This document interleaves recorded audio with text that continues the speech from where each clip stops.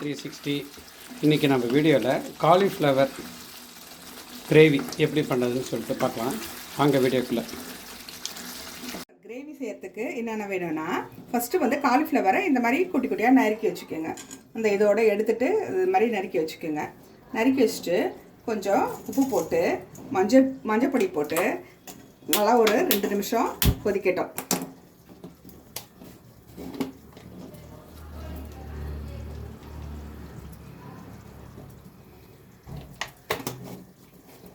வந்து இந்த மாதிரி ஒரு 3-4 நிமிஷம் இந்த காலிஃப்ளவரை சுடுதண்ணியில் போட்டு நல்லா ஒரு 3 நிமிஷம் கொதிக்கட்டும்.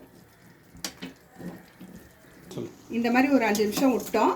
நல்லா கொதிக்கிற தண்ணியில் இந்த காலிஃப்ளவரை இது பண்ணி விட்டோம், வேக விட்டோம். இப்போ வந்து இதை ஆஃப் பண்ணிவிட்டு இதை வடித்து எடுத்துகிட்டு வந்துடலாம். தண்ணியை எடுத்து அந்த காலிஃப்ளவர் மட்டும் எடுத்துகிட்டு வந்துடலாம்.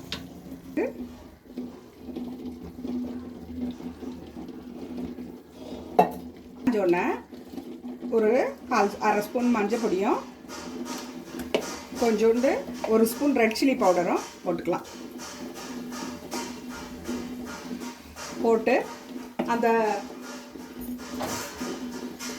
காலிஃப்ளவரை நமக்கு இது பண்ணி வச்சுருக்கோம் இல்லையா, தண்ணி எடுத்துட்டு வச்சுருக்கோம். இது கொஞ்சம் அப்படி இதுவானோடனே வதங்கினோடனே இந்த காலிஃப்ளவரை அதை போட்டுக்கலாம். நம்ம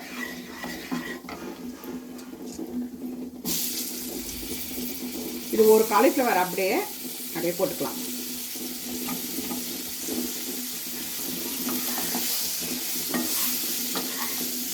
இது ஒரு 5 நிமிஷத்துக்கு நல்லா வதக்கி விட்டுடலாம்.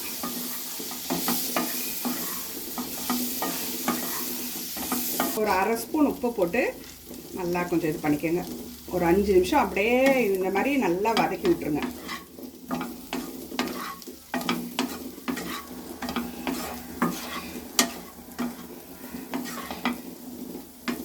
இந்த மாதிரி நல்லா இது பண்ணோன்னா ஒரு இந்த மாதிரி நல்லா வதங்கினோடனே நம்ம இதை தனியாக எடுத்து வச்சுக்கலாம். இப்போ 2 ஸ்பூன் ஆயில் விட்டு ஒரு பிரிஞ்சி இலை, ஒரு 2 ஏலக்காய், 4 கிராம்பு இதை போட்டு அப்படியே வதக்கிடுங்க. பொரிஞ்சி அதை வந்து பொடியாக நறுக்கி வச்சுருக்கேன், அதை போட்டுக்கலாம். அப்புறம் பூண்டு ஒரு 7-8 பல் பூண்டு போட்டுக்கலாம்.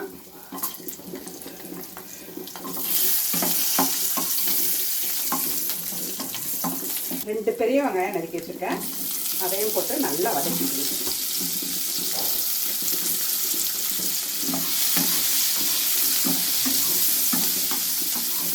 நல்லா வதங்கினோன்னா இங்கே ஒரு பெரிய தக்காளி அரிஞ்சு வச்சுருக்கேன், அதை போட்டுக்கோங்க. இப்போ அதெல்லாம் போட்டுடலாம். போட்டு வதக்கிட்டு நல்லா வதக்கிட்டு அரைக்க வேண்டியது தான். ஆற விட்டு அரைக்கணும். இந்த மாதிரி நல்லா வதங்கின உடனே ஆற விட்டு அரைக்கணும். நல்லா வதக்கிட்டுங்க, அப்போ தான் வந்து டேஸ்ட்டாக இருக்கும். பட்டர் போட்டு நல்லா இது மாதிரி இது பண்ணிக்கோங்க. பண்ணிவிட்டு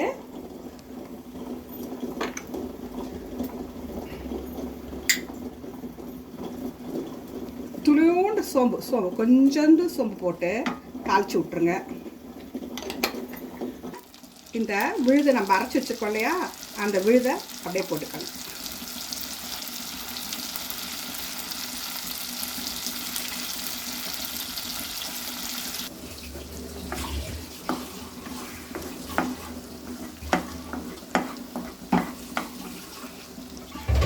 அந்த வதங்கணும். விழுது அப்படியே நல்லா கொஞ்சம் வதங்கட்டும். அந்த பட்டர்லேயே வதங்கட்டும். 4 ஸ்பூன் மஞ்சள் பொடி போட்டுக்கலாம். ஒரு குட்டி ஸ்பூன், ஒரு அரை ஸ்பூன் வந்து காஷ்மீர் சில்லி போட்டுக்கலாம். ஃபஸ்ட்டே நம்ம ரெட் சில்லி போட்டு அந்த காலிஃப்ளவர் இது பண்ணியிருக்கோம், அதனால் இப்போ காஷ்மீர் சில்லி ஒரு அரை ஸ்பூனு. தனியா பவுடர் 1 ஸ்பூன் போட்டுக்கோங்க.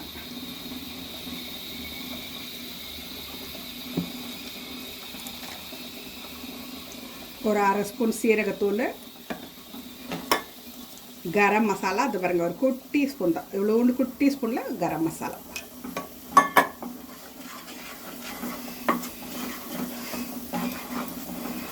வச்ச காலிஃப்ளவரையும் 5 நிமிஷம் நல்லா எண்ணெயில் போட்டு இது பண்ணி வதக்கி வச்சுருந்தோம் இல்லையா, அதையும் இதில் போட்டுக்கணும்.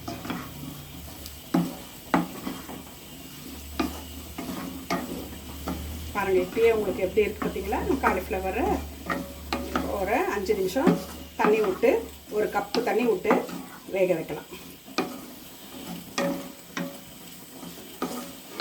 இந்த டைமில் 1 ஸ்பூன் உப்பு போட்டுக்கோங்க. கழுவின தண்ணியை 1 கப்பு அப்படியே விட்டுடலாம். அப்படியே வேக விட்டுருங்க ஒரு 5 நிமிஷம் 10 நிமிஷம். அந்த தண்ணி விட்டுருக்கோன்னா 1 கப்பு தண்ணி விட்டுருக்கோம். இப்போ மூடி வேக வச்சிடலாம். காலிஃப்ளவர் பிரிஞ்சு வந்தோடனே கொஞ்சம் கருவேப்பிலை, கொஞ்சம் கஸ்தூரி மேத்தி மேத்தியை இது மாதிரி கொஞ்சம் இது பண்ணி போட்டுடணும். எப்படி இருக்குது பாருங்க, அப்படியே நல்லா கிரேவி சூப்பராக இருக்குது. நீங்களும் செஞ்சு பாருங்க. சப்பாத்தி, தோசை அதுக்கெல்லாமும் தொட்டுக்கலாம், சாதத்துக்கு தொட்டுக்கலாம், ரசம் சாதம், சாம்பார் சாதத்துக்கெலாம் கூட அப்படியே தொட்டு சாப்பிட்டுக்கலாம். ஃப்ரெண்ட்ஸ் பாருங்கள், நம்ம காலிஃப்ளவர் கிரேவி வந்து சூப்பராக வந்திருக்கு. அருமையாக இருக்குது. அந்த கிரேவி ரொம்ப அருமையாக இருக்குது. நம்ம மட்டனில் இது சாப்பிட்ற மாதிரி இருக்குது. ரொம்ப அருமையாக இருக்குது. நீங்கள் செஞ்சு பார்த்துட்டு எப்படி இருக்குன்னு சொல்லிட்டு கமெண்ட் பண்ணுங்கள். இந்த வீடியோ பிடிச்சிருந்ததுன்னா லைக் பண்ணுங்கள், ஷேர் பண்ணுங்கள். இன்னொரு வீடியோவில் சந்திக்கலாம். பாய்.